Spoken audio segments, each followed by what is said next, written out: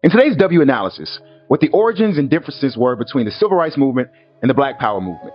The struggle for freedom has seen various conservative and radical ideologies clash throughout history. Booker T. Washington's conservative approach to race relations was deemed subservient by W.E.B. Du Bois, who was pushing for more liberal political action. Some years later, Du Bois and his political approach will be seen as conservative as the more radical Pan-Africanist teachings grew in influence thanks to Marcus Garvey. And of course, we're all familiar with Dr. King's nonviolent principles versus Malcolm X's by any means necessary philosophy. Few figures have been able to navigate the nuances of conflicting ideas like Stokely Carmichael. In Peniel Joseph's 2014 book, Stokely, A Life, Joseph speaks to the all-evolving political life of Stokely Carmichael and how he was instrumental in pushing the freedom struggle globally. In this reel, we'll focus on the differences and dynamics between the Civil Rights Movement in the early 1960s and the Black Power movement later that decade, all using Stokely's life to guide us. We'll highlight the origins, the similarities, the differences, and discuss which movement had the highest impact. And before we begin, one important fact about Stokely. Nonviolence was a tactic to him and not a philosophical principle. This is important to understand just how he was able to mix with both Martin Luther King Jr. and the Black Panther Party. So, let's begin. May 17, 1954, the Brown versus Board of Education ruling would legally end segregation, infuriate the most conservative of white people, and embolden the most fed up of black people. Legislative change is a slow-moving process, and with the gap between Plessy versus Ferguson in 1896, separate but equal, to the Brown versus Board of Education ruling, black people weren't going to wait another 58 years for the wheels of race relations to slowly turn. This is when we would see an influx in boycotts, protests, and demonstrations. But let me clarify one thing. Boycotts, protests, and demonstrations happened well before the ruling took place. Now, black people just had a legal backing to challenge the American idealism. The Civil Rights Movement was formidable in its organizing efforts. Stokely himself was primarily involved with two major efforts: the Freedom Riders, which challenged segregation on transportation, and the Student Nonviolent Coordinating Committee, or SNCC, which mobilized college students in the fight for civil rights.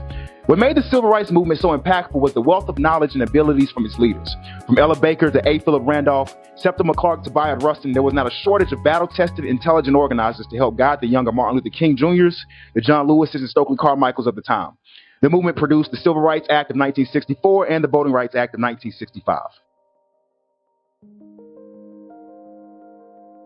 The term Black Power had been used sparingly throughout the mid-1960s. With its meanings rooted in black self-love and economic independence, it's safe to say that Malcolm X was the philosophical inspiration of this movement, and though he was killed in 1965, his spirit would be the locomotive.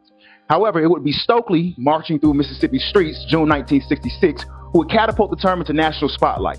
This, of course, would raise white fragility to its highest level since Brown versus Board. However, black people didn't care. Where the Civil Rights Movement was patient and methodical with change, the Black Power movement demanded change immediately. Legislation was just paper to local and state governments that just were going to drag their feet or even fight against integration.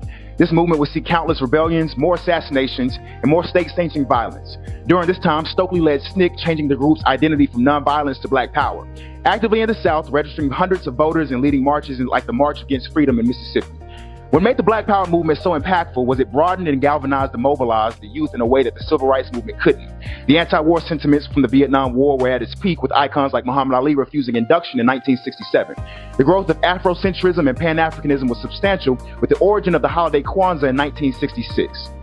With Stokely being a bridge between both movements, we'll use his life to highlight the three main similarities.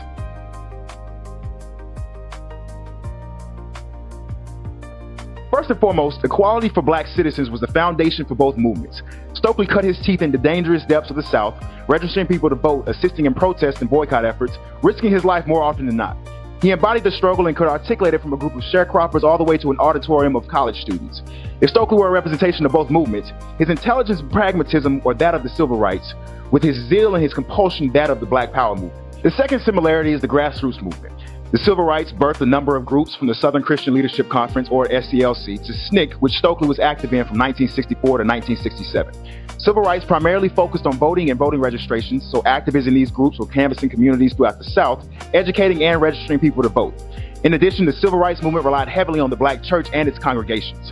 The Black Power movement birthed groups like the Black Panther Party, and black student unions were popping up at colleges all across the country. The Black Power movement, in many regards, was the Civil Rights Movement meets the Harlem Renaissance, unapologetically black life on full display. The third similarity in each movement was the emphasis on black culture and its identity. Historically speaking, the black church serves as the most comprehensive organizing body for black people. Pastors knew that their messaging served as facets of hope and sustenance for the psyche of their congregations. I've mentioned the SCLC earlier, but several hundreds of pastors in their congregations were active in boycotts and marches. The civil rights movement was able to strengthen the faith and uplift the thresholds of the spirits of Black America as they pressed through the Emmett Till and the Ku Klux Klan and the Medgar Evers and the 16th Street Baptist Church bombing. Now, with the Black Power movement, culture and identity were displayed through the afros and the dashikis.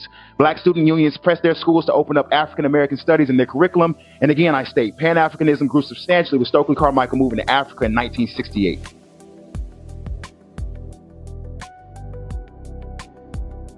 Now, as we jump into the differences between the movements, let's remember that the number one similarity was equality for Black citizens.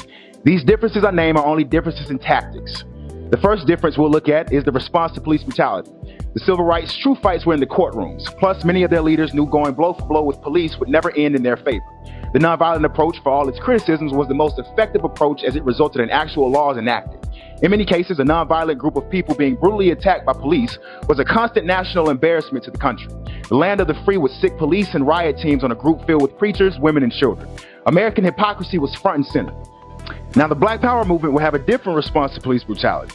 Groups like the Black Panther Party and the Deacons for Self-Defense would monitor and patrol the police in their neighborhoods and their communities. And yes, this led to historic clashes. In 1957, the FBI established a counterintelligence program named COINTELPRO, and though they started out surveilling Communist Party activity, they soon shifted their sights on Black organizations, with the head of FBI, J. Edgar Hoover, instructing his team to prevent the rise of a Black Messiah.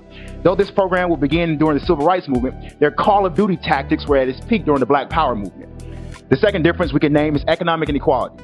Be you a Black person in the Confederate South or a Black person in the liberal North or West Coast, there was one thing that was certain: you were severely underpaid. The Civil Rights Movement knew this, and along with the various issues it was challenging in court, unequal access to good jobs, fair wages, and barriers to home ownership was addressed. The Black Power movement sought to address economic inequality in a different way. Community-controlled businesses and programs were developed by the people to address poverty directly. You can see this with groups like the Black Panther Party, which fed 20,000 children a day, had healthcare facilities, and ambulance fleets. This self-sufficiency spoke to Stokely and his perception of Black Power, as he states, Black Power is a call for Black people to define their own goals, to lead their own organizations. The third distinctive difference we can see is the demographics of leadership. Now, don't get me wrong. Both movements had a number of 20-somethings and 30-somethings as the faces, but behind the scenes, the Civil Rights Movement had more middle-aged men and women advising than did the Black Power movement. The youth of the Black Power movement definitely contributed to the spotlight on historical Black success and strong emphasis on heritage, but in order to change a country, you have to change the laws, which leads me to my final point.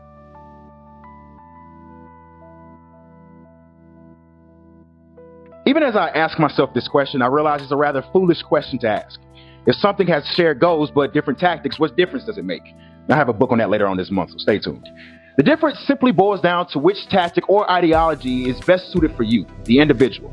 I think the only thing foolish is the denigration of one tactic over another, which is the reason Stokely's story is all the more fascinating. Here you have a man who exercised all options.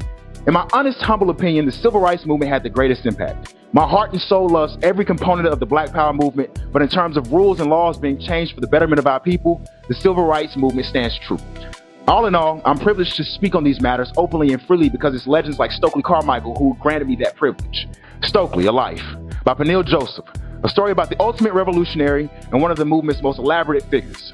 Like if you enjoyed this segment, share if it can benefit others, subscribe for more book-related content. Till then, stay in the book and stay out the way.